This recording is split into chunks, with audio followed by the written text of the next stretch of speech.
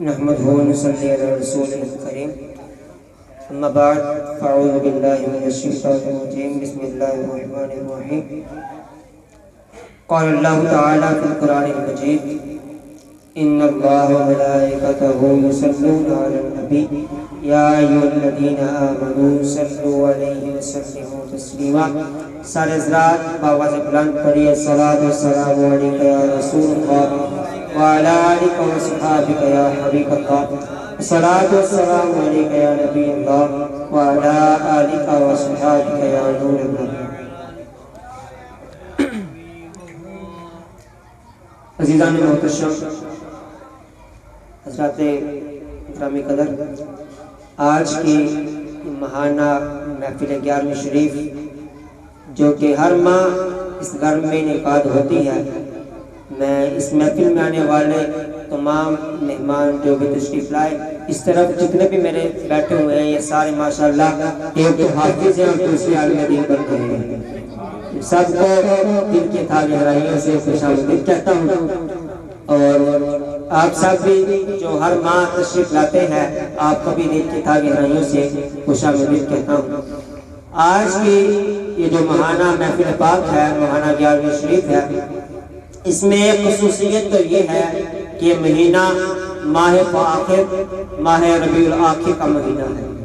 اس مہینے کو نسبت ہے میرے غوث الغراض. ویسے تو ہر مہینہ ہی ہر اللہ والے کا ہوتا ہے، ہر ولی کا ہوتا ہے، ہر نبی کا ہوتا ہے. رب نے مہینے بنائے ہیں تو مہینے بنائے بھی اس نے کس لیے ہیں؟ اپنے لوگوں کے لیے بنائے ہیں. تو یہ مہینے ویسے تو ہر مہینہ، ہر دن، ہر روز اللہ تعالیٰ کے نیک بندوں کا ہے، لیکن اس مہینے کو بالخصوص نسبت ہے 11ویں والا پیر غوث الغراض کے ساتھ. ٹائم بہت مختصر ہے، 3:30 بجے اذان عصر شروع ہو جاتی ہے، تو انشاءاللہ اس سے پہلے ہی میں بیان کو ختم کرنے کی کوشش کروں گا. اس سے پہلے ایک تمہید اس کو سمجھیے، اور اس کے بعد انشاءاللہ آپ کو مکمل بیان جو ہے وہ سمجھ میں آ جائے گا. لفظ ہے محبت. یہ جو لفظ ہے یہ آج کل کے زمانے کے اندر اگرچہ بدنام ہو چکا ہے، لیکن یہ لفظ محبت کیسا لفظ ہے اور اس کی پاکیزگی کیسی ہے، آئیے اس کی طرف تھوڑا سا چلتے ہیں. اس تمہید کے بعد انشاءاللہ آپ کو میرے مکمل بیان کی سمجھ میں آ جائے گا. لفظ محبت، کسی نے پوچھا کہ محبت کیا چیز ہوتی ہے، تو اس کے جواب میں بتایا گیا کہ محبت وہ ہے جس کو اللہ اپنے بندوں سے کرتا ہے. یہ وہ محبت ہے جو رب تعالیٰ اپنے بندوں سے کرتا ہے. محبت وہ ہے جو نبی اپنے امتیوں سے کرتا ہے. محبت وہ ہے جو استاذ اپنے شاگردوں سے کرتا ہے. محبت وہ ہے جو پیر اپنے مریدوں سے کرتا ہے. محبت وہ ہے جو والدین اپنے بچوں سے کرتے ہیں. اب یہ یک طرفہ محبت، ایک طرفہ محبت ہے. اب جب ایک طرفہ محبت ہوگی تو بندے کو صرف یہی جو ہے وہ محبت جو ہوئی، اگر اللہ محبت کر رہا ہے بندوں سے تو اللہ کی محبت کہا جائے گا. رسول اللہ محبت کر رہے ہیں امتیوں سے تو رسول اللہ کی محبت کہا جائے گا. اگر پیر اپنے مریدوں سے محبت کر رہا ہے تو پیر کی محبت مریدوں سے کہا جائے گی. اگر استاذ شاگردوں سے محبت کرتا ہے تو استاذ کی محبت شاگردوں سے کہا جائے گی. اگر والدین بچوں سے محبت کرتے ہیں تو والدین کی محبت بچوں سے کہی جائے گی. یہ ایک طرف محبت. اگر دوسری طرف کی محبت کو لیا جائے، اگر بچہ بھی اپنے ماں باپ سے محبت کرے گا اس کو کہا جائے گا یہ بچہ والدین کا فرما بردار بچہ. یہ ہے جب بچہ اپنے والدین سے محبت کرے گا اس سے والدین کا فرما بردار کہا جائے گا. استاذ کا شاگرد استاذ سے محبت کرے گا استاذ کا باادب کہا جائے گا. اگر مرید پیر سے محبت کرے گا تو مرید کامل کہا جائے گا. اگر امتی رسول سے محبت کرے گا تو امتی کو صحابی کہا جائے گا اور امتی کو اس رسول کا محبوب کہا جائے گا. اور اگر بندہ اللہ سے محبت کرتا ہے تو اس کے ولی اللہ کہا جاتا ہے. یہ ہے ولی اللہ کی شان. جب بندہ اللہ سے محبت کر لیتا ہے تو اللہ اس سے اپنا دوست بنا لیتا ہے. جب دوست بن جاتا ہے تو پھر رب کائنات عز و جل ارشاد فرماتا ہے جبریل جا. یہ بخاری شریف کی حدیث پاک ہے. جس کو رب تعالیٰ کے الفاظ ہیں. حدیث قدسی ہے. حدیث قدسی وہ ہوتی ہے الفاظ ہو رب کے اور زبان ہو مصطفیٰ کی. یہ حدیث قدسی ہے. جب بندہ محبت کرتا کرتا اس درجے تک پہنچ جاتا ہے کہ وہ فنا فی اللہ ہو جاتا ہے, اللہ کی محبت میں گم ہو جاتا ہے, اللہ اس کو اپنا دوست بنا لیتا ہے, پھر جبریل کو حکم ارشاد فرماتا ہے کہ جبریل جا دنیا کے اندر جا کر اعلان کر دے کہ میں رب ہو کر اس بندے سے محبت کرتا ہوں. تو ساری جتنی بھی آسمان کی مخلوق ہے, آسمان کے فرشتے ہیں, جنت کی حوریں ہیں, وہ بھی اس سے محبت کرنا شروع کر دیں. یہ ہے. پھر جب جبریل آسمان کے اندر اعلان کر دیتے ہیں تو رب تعالیٰ عز و جل ارشاد فرماتا ہے جبریل آسمان میں تو اس بندے کو چرچے ہو گئے, اب جا دنیا کے اندر جا کر بھی اعلان کرتے کہ رب اس بندے سے محبت کرتا ہے, لہذا تم بھی اس کے ساتھ محبت کرو. تو جب دنیا والے کے اندر اعلان ہو جاتا ہے تو دنیا کے اندر بندہ جہاں پر بھی ہو, جس جگہ پر بھی ہو, جس کے دل میں رب اپنے بندے کی محبت کو داخل کر دیتا ہے, وہ بندہ اس بندے کے دل میں اس نیک بندے کی محبت پیدا ہو جاتی ہے. آپ دیکھیں حضور کو سلوارا ہمارے زمانے میں نہیں ہے, ہم نے نہیں دیکھا. زمانے گزر گئے, پتہ نہیں کب کے تھے, وہ ہم سے پہلے کے تھے, ان کی محبت ہمارے دلوں میں ہے. ہر ماہ شاکان ان کی 11ویں سجاتے ہیں. حضرت داتا غنی بخش رحمت اللہ تعالیٰ علیہ ہم جہاں پر بھی ہوں ان کی محبت ہمارے دلوں میں ہوتی ہے. سیدی اعلیٰ حضرت رحمت اللہ تعالیٰ علیہ ان کا مزاج شریف تو اجمیر, ان کا مزاج شریف تو بریلی ہند کے اندر ہے, لیکن محبت دنیا بھر کے اندر بسنے والے شاکان کے دلوں میں ہوتی ہے. خواجہ معین الدین چشتی اجمیری رحمۃ اللہ تعالیٰ علیہ ان کا مزاج اجمیر شریف کے اندر ہے, لیکن محبت ہمارے دلوں کے اندر موجود ہوتی ہے. یہ وہ بات ہے جس کو رسول کی زبان سے رب تعالیٰ کے الفاظ ادا ہوئے کہ اللہ عز و جل جبریل امین کے ذریعے یہ اعلان کروا دیتا ہے کہ جبریل اس بندے سے رب محبت کرتا ہے, لہذا تم بھی محبت کرو. یہ ہے ولی اللہ کی شان. آئیے ایک حدیث قدسی اور سنتے ہیں اور اس سے بھی ولی اللہ کی شان کو مزید اجاگر کرتے ہیں. حدیث بہت طویل ہے, شارٹ کر کے بیان کروں گا. حضرت ابو ہریرہ رضی اللہ تعالیٰ عنہ سے روایت ہے اور بخاری شریف کی ہی یہ حدیث پاک ہے. حضرت سیدنا ابو ہریرہ فرماتے ہیں کہ رسول اللہ صلی اللہ تعالیٰ علیہ وآلہ وسلم نے ارشاد فرمایا, اللہ فرماتا ہے کہ اگر کسی نے میرے ولی سے بغض رکھا میں اس کے ساتھ اعلان جنگ کرتا ہوں. پورے آپ قرآن کریم کی تفسیر اٹھا کر دیکھ لیں, احادیث کی کتب اٹھا کر دیکھ لیں, آپ کو فقط 2 چیزیں ایسی ملیں گی جن کے لیے رب تعالیٰ نے جنگ کا اعلان کیا ہے. یعنی ان 2 جو چیزیں ہیں ان سے یہ ثابت ہوتا ہے کہ یہ 2 گناہ کتنے سخت ترین گناہ ہیں جن سے رب بندوں کے ساتھ کہہ رہا ہے کہ میں تم کے ساتھ جنگ کا اعلان کرتا ہوں. ایک سود کے بارے میں رب تعالیٰ نے قرآن پاک میں صراحتاً اور حدیث میں بھی اس کا ذکر موجود ہے. اس میں رب تعالیٰ نے ارشاد فرمایا کہ میں سود کھانے والوں کے ساتھ جنگ کا اعلان کرتا ہوں. اور دوسرا یہ بات کہ جو ولی سے بغض رکھے گا میں اس کے ساتھ جنگ کا ارادہ کرتا ہوں. اب آگے اس حدیث پاک کے کچھ الفاظ ہیں, وہ یہ ہیں کہ رسول اللہ نے ارشاد فرمایا کہ اللہ پاک ارشاد فرماتا ہے کہ کوئی بھی بندہ مجھ سے فرائض سے زیادہ بڑھ کر کسی چیز سے میرا ہے. اب جب بندے کو اللہ کا قرب مل جاتا ہے تو اللہ اس کو انعامات کیا ارشاد فرماتا ہے, اللہ اس کو کن چیزوں سے نوازتا ہے. اللہ فرماتا ہے کہ میں اس کے ہاتھ بن جاتا ہوں جن سے وہ پکڑتا ہے.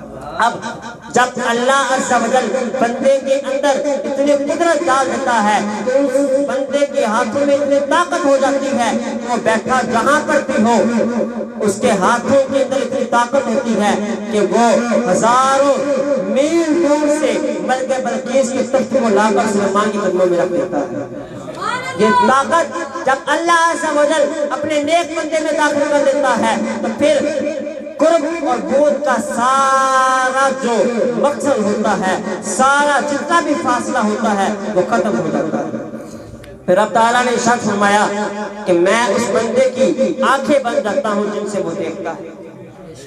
اب رسول اللہ صلی اللہ علیہ وسلم نے ارشاد فرمایا مومن کی فراست سے ڈرو، جب وہ دیکھتا ہے تو لوہے محفوظ میں دیکھ لیتا ہے۔ رسول اللہ کی صراحتاً حدیث موجود ہے، اور جب اللہ بندے کی آنکھوں میں یہ طاقت ڈال دیتا ہے تو پھر بندہ بیٹھا مدینے کے اندر منبر پر ہو، سینکڑوں میل مقام نہاوند کے اندر ندا اس وقت جنگ کے سارے نقشے کو دیکھ کر یہ اعلان کرتا ہے یا ساریت الجبل، تو مسلمانوں کو فتح حاصل ہو جاتی ہے۔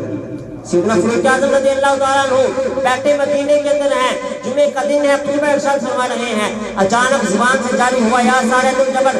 صحابہ نے کہا اے امیر المؤمنین، آپ پہلے بھی جمعہ پڑھایا کرتے تھے، آج اچانک ساریہ کا نام آپ کی زبان پر کیسے آ گیا؟ جبکہ ساریہ تو مدینے سے سینکڑوں میل دور جا کر جنگ میں ہیں۔ تو اس بات کو، اس ڈیٹ کو نوٹ کر لیا گیا۔ جب حضرت ساریہ رضی اللہ تعالیٰ عنہ کا قافلہ، جب ان کا قاصد واپس آیا اور فتح کی خوشخبری دی اور آگا کہنے لگا ہم کو شکست ہونے والی تھی، اتنے میں سیدنا فاروق اعظم کی آواز ہم تک پہنچی یا ساریۃ الجبل، اے ساریہ پہاڑ کی طرف دیکھو۔ جب ہم نے پہاڑ کی طرف رخ کیا تو مسلمانوں کو فتح نصیب ہو گئی۔ اب یہ وہ طاقت ہے جو اللہ عز و جل اپنے بندوں کے اندر ڈال دیتا ہے، بیٹھے مدینے میں ہو اور دیکھ کہاں تک دیکھتے ہیں، دیکھتے کہاں تک ہیں، سینکڑوں میل دور نہاوند کے اندر بھی اپنی آواز کو پہنچا دیتی ہے۔ اور پھر اللہ تبارک و تعالیٰ نے ارشاد فرمایا کہ بندہ جب چلتا ہے تو میں اس کے قدموں میں، اس کے پاؤں میں اتنی طاقت رکھ دیتا ہوں کہ چلتے پاؤں قدم جو ہیں وہ اس کے ہوتے ہیں، اور بندہ جو ہے طاقت اس میں میری ہوتی ہے۔ اب جب یہ طاقت مل جاتی ہے تو پھر ایک وقت کے اندر غوث الورا رحمت اللہ تعالیٰ علیہ اپنے سینکڑوں مریدوں کے گھر میں چلے جاتے ہیں۔ وقت افطار کا وقت ہے، رمضان شریف کا مہینہ ہے، غوث الورا بیٹھے ہیں، مریدین کا ہجوم ہے، وہ آ رہے ہیں، ایک ایک کر کیا رہا ہے، حالے کی خواہش ہے کہ حضرت ہمارے گھر میں آج کی افطاری کریں گے، حضرت آج یہ افطاری ہمارے گھر میں کریں گے۔ غوث الورا حالے کی کہہ رہے ہیں ٹھیک ہے جاؤ، میں تمہارے گھر میں بھی آ کے افطاری کروں گا، جا تیرے گھر میں بھی افطاری کروں گا۔ اب جب افطار کا وقت آتا ہے، غوث الورا مدرسے میں موجود ہیں، طلباء کے ساتھ افطاری کر رہے ہیں۔ اگلے دن صبح سحری میں فجر کے بعد مریدین آ کے شکریہ ادا کر رہے ہیں، حضرت بڑی کرم نوازی آپ نے میرے گھر میں آ کر آپ نے افطاری کی۔ دوسرا آتا ہے کہتا ہے حضرت بڑی کرم نوازی آپ نے میرے گھر میں آ کر افطاری کی۔ جو شاگرد جن کے ساتھ حضرت نے اپنے گھر میں بیٹھ کر وہاں مدرسے میں بیٹھ کے افطاری کی، وہ پریشان ہے کہ یہ کیا بات ہو گئی، حضرت تو کل رات افطار کے وقت میں ہمارے پاس موجود تھے اور یہ ہر بندہ اگر کہہ رہا ہے کہ آپ نے افطاری ہمارے گھر میں کی ہے۔ تو حضور غوث الورا نے ارشاد فرمایا یہ تو کچھ بھی نہیں، اگر اللہ چاہے تو ہم ایک وقت میں ہزاروں لاکھوں لوگوں کو گھروں میں جا سکتے ہیں۔ یہ شان ہے ان کے غلاموں کی، سردار کا عالم کیا ہوگا۔ حضور نبی کریم صلی اللہ علیہ وسلم کی تو شان ہی ورا الورا ہے، ان کی شان تک تو کوئی پہنچ ہی نہیں سکتا۔ آج ان کی شان کے اندر گستاخیاں کرنے والے، فراز کے اندر جو ان کی شان کے خلاف جو گستاخیاں ہوئی، جو گستاخانہ کھاتے شائع ہوئے، میں آخر میں اپنے بیان کی اختتام کی طرف لاتے ہوئے سلام عقیدت پیش کروں گا حضرت علامہ مولانا خادم حسین رضوی صاحب کو کہ انہوں نے اپنی ساری زندگی اس کام میں لگا دی ہے کہ جب رسول اللہ کا نام آ جائے گا کسی چیز کو نہیں دیکھنا، ہر مقصد سے پہلے، ہر کام سے پہلے رسول اللہ کی بات کو کرنی ہے۔ پارلیمنٹ کے اندر آپ کا یہ مشن تھا کہ پارلیمنٹ کے اندر رسول اللہ کے دین کو داخل کرنا ہے، اور یہ دین پارلیمنٹ کے اندر پہنچ چکا۔ اب ان کا مشن یہ تھا کہ دین کو تخت پر لے کر آنا ہے، اور اسی جد و جہد کے اندر آپ جو ہے اس دنیا سے رخصت ہو گئے، لیکن ان کا مشن ابھی بھی جاری ہے۔ حضرت کا